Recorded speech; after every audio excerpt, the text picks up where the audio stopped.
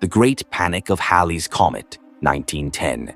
In 1910, the world witnessed a spectacular celestial event that stirred up far more fear than wonder: the arrival of Halley's Comet. It was the first time this famous comet could be clearly observed with modern telescopes, and astronomers around the globe eagerly tracked its approach. But what should have been a scientific triumph quickly turned into a wave of superstition and mass hysteria. Rumors began to spread that the comet's glowing tail contained a poisonous gas called cyanogen, and that as Earth passed through the tail, the gas could seep into our atmosphere and poison every living thing. Even a few respected scientists speculated that this gas might pose a danger, and once those warnings reached the public, panic exploded. Entrepreneurs and con artists seized the moment. Some began selling comet pills that supposedly protected against the deadly fumes. Others marketed special umbrellas or homemade gas masks to keep the toxic air away. People were so frightened that these bogus products sold out everywhere. In Texas, police arrested 2 men for selling sugar tablets as comet pills. But the panic was so intense that an angry crowd stormed the jail, demanding the men's release so they could buy the so-called cure. Several coincidences only deepened the fear. On May 6, 1910, King Edward VII of England died, right as the comet was passing closest to Earth. Many saw this as a bad omen and blamed the comet's deadly gas. The famous American writer Mark Twain, who had been born during Halley's 1835 appearance, had even joked in 1909, "I came in with Halley's comet, and I expect to go out with it." Remarkably, Twain died on April 21, 1910, the very day the comet made its closest approach. To the superstitious, it felt like undeniable proof of the comet's dark power. Of course, modern science later confirmed that Halley's Comet posed no danger at all. Its gases are far too diffuse to harm Earth. But in 1910, fear and rumor proved stronger than reason, showing just how quickly panic can spread when people mix cosmic wonder with human imagination. Number 2. The Great Molasses Flood, January 15, 1919. It was a cold winter morning in Boston's North End, and no one had the slightest idea that a strange and devastating disaster was about to unfold. At the Purity Distilling Company, a massive steel tank held nearly 2.3 million gallons, that's about 8,700 tons, of thick molasses. Without warning, the tank suddenly ruptured. In an instant, a 25-foot-high wall of sticky molasses surged through the streets at nearly 35 miles per hour. This wasn't an ordinary flood. It was a heavy, syrupy wave that destroyed everything in its path. Buildings crumpled like paper. Iron train tracks twisted like wires. People were caught where they stood, trapped in the thick, fast-moving goo. By the time the chaos ended, 21 people were dead, and more than 150 were injured. Many victims couldn't be rescued for hours, some for days. Even the cleanup was nearly impossible. Molasses clung to every surface. For weeks, rescuers slogged through knee-deep syrup. The sticky mess spread far beyond the neighborhood. Boston Harbor turned brown, and for months the city smelled faintly sweet. Investigators later discovered the cause. The massive tank had been poorly constructed in a rush, with weak steel and little testing. Inside the tank, natural fermentation had created carbon dioxide gas, building dangerous pressure. The January cold made the metal brittle, and eventually the tank simply gave way. This bizarre and tragic event is now remembered as the Great Molasses Flood of 1919, one of America's strangest industrial disasters. Number 3. The Battle of Karansebes, 1788. This is one of the strangest and most tragic military blunders in history. The year was 1788. Austria and the Ottoman Turks were at war, and both armies were considered powerful forces of the time.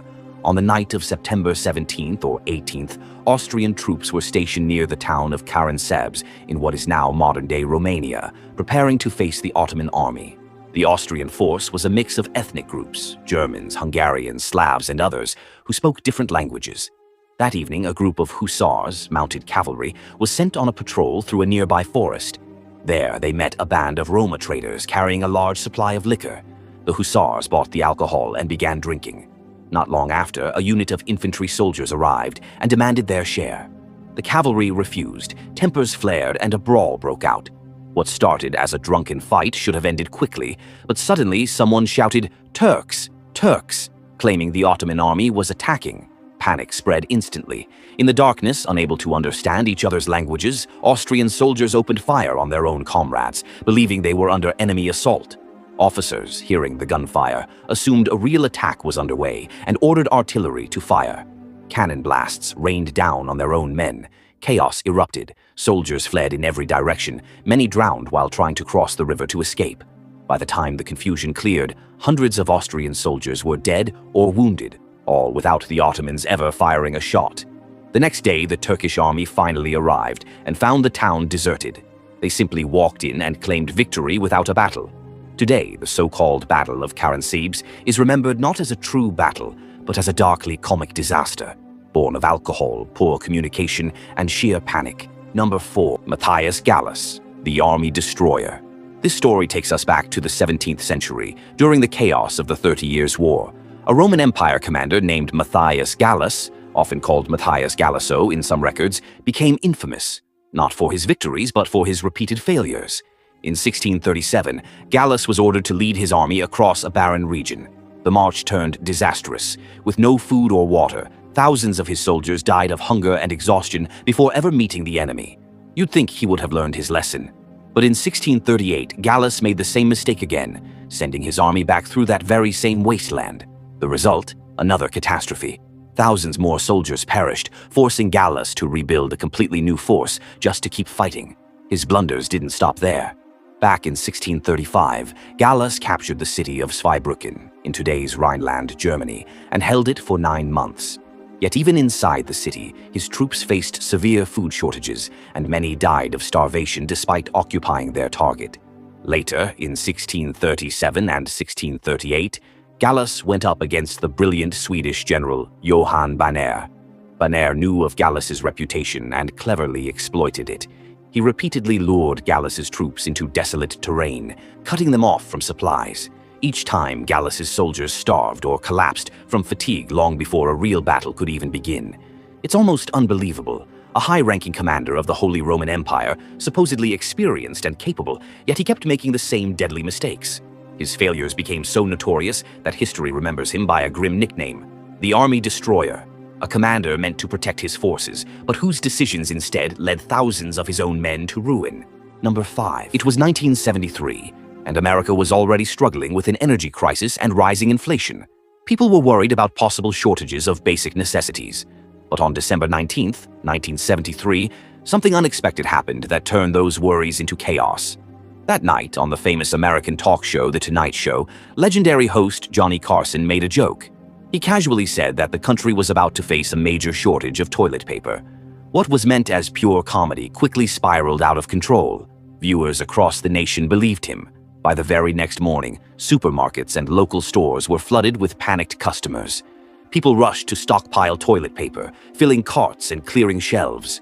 The truth, there was never an actual shortage in production. But because demand skyrocketed overnight, the supply chain simply couldn't keep up.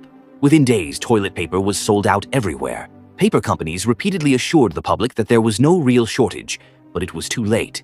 The frenzy lasted for months in some parts of the country. This bizarre incident proved one thing.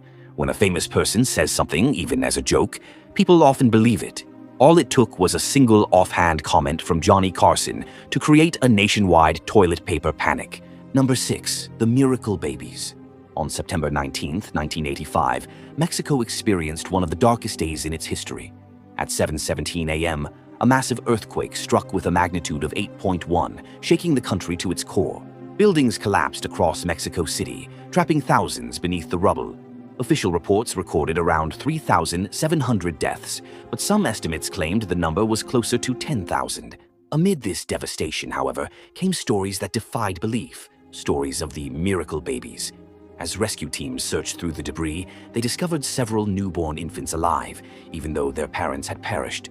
People began calling these children Miracle Babies, convinced that something divine had protected them.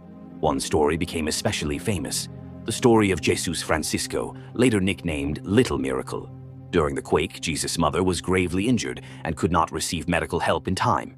In a desperate act, the baby's grandmother performed an emergency cut on the mother's abdomen to deliver Jesus. The infant survived, but tragically, his mother passed away shortly after. News of this incredible survival spread rapidly, capturing the world's attention. Jesus was not the only one. Many infants were found alive days after the disaster, even though their parents had been killed. Together, they became known as the Miracle Babies of Mexico, a powerful reminder of hope and life emerging from unimaginable tragedy.